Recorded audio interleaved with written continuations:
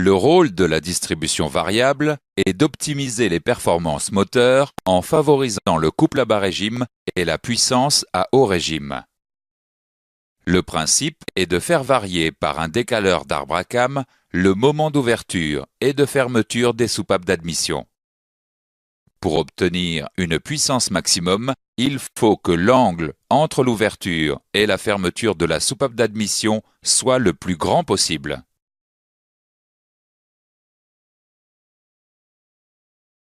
Lors du remplacement de la courroie de distribution, il faut contrôler l'état des décaleurs. Les décaleurs doivent être solidaires de l'arbre à cames. Les décaleurs ne doivent pas transmettre de mouvement de rotation lorsqu'on tente de les tourner à la main. Voyons maintenant les précautions à respecter pour intervenir sur une distribution.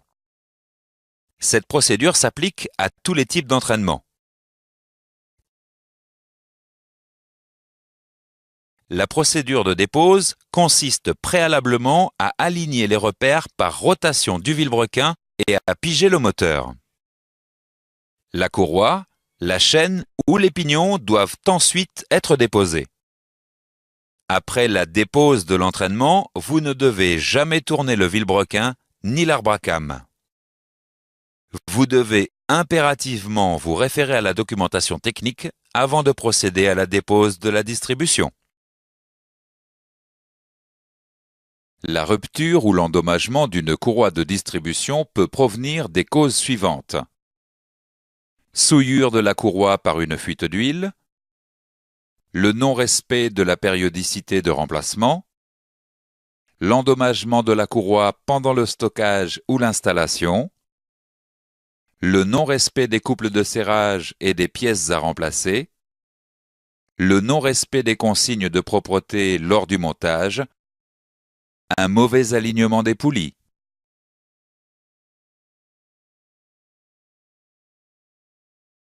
Voyons maintenant le remplacement d'une courroie de distribution.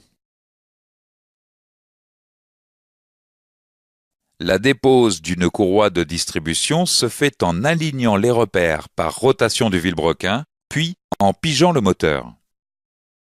Toute courroie déposée doit être impérativement remplacée. Le galet tendeur et les galets enrouleurs doivent être remplacés.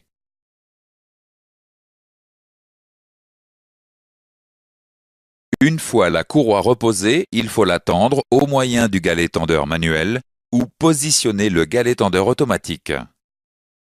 Vous devez impérativement vous reporter à la documentation technique pour connaître les procédures de repose spécifiques à chaque moteur.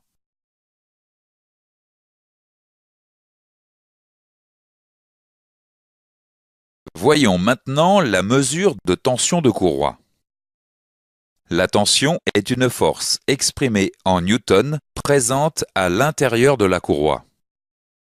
La tension de la courroie ne peut pas être mesurée directement.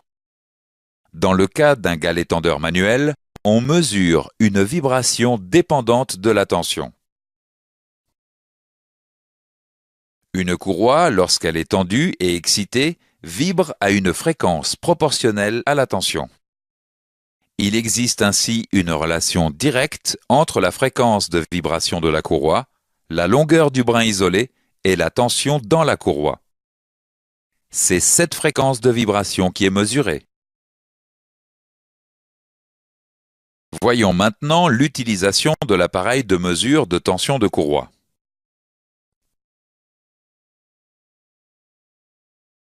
Le micro prenant la mesure doit être positionné de préférence au milieu du brin pour avoir un signal plus fort, plus précis et plus facile à mesurer. La mesure ne dépend pas de la force d'excitation ni de la position sur le brin de courroie. Les valeurs de tension de courroie en Hertz ainsi que l'emplacement de la mesure sont indiqués dans la documentation technique. Voyons maintenant les contrôles à effectuer avant la dépose et la repose d'une chaîne de distribution. Après avoir aligné les repères et pigé le moteur, il faut d'abord détendre la chaîne puis la déposer.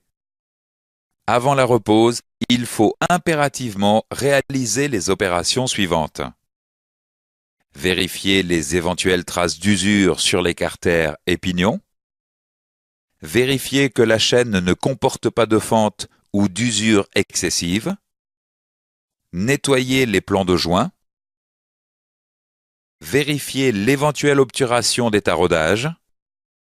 Contrôler l'alignement des repères des pignons.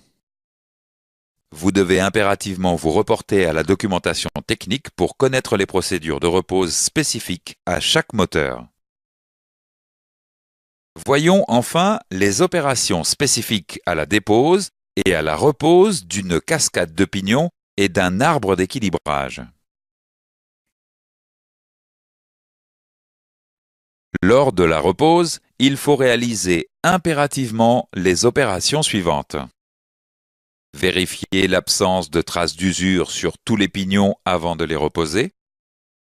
Vérifier l'alignement des dents des pignons à rattrapage de jeu automatique. Vérifier le jeu d'entre-dents de tous les pignons. Lors de la repose de l'arbre d'équilibrage, il faut vérifier le calage de l'arbre d'équilibrage. Il faut aussi vérifier le jeu de l'entre-dents des pignons de l'arbre d'équilibrage et de la couronne dentée du vilebrequin au moyen d'un outil spécifique. Vous devez impérativement vous référer à la documentation technique pour connaître les procédures spécifiques.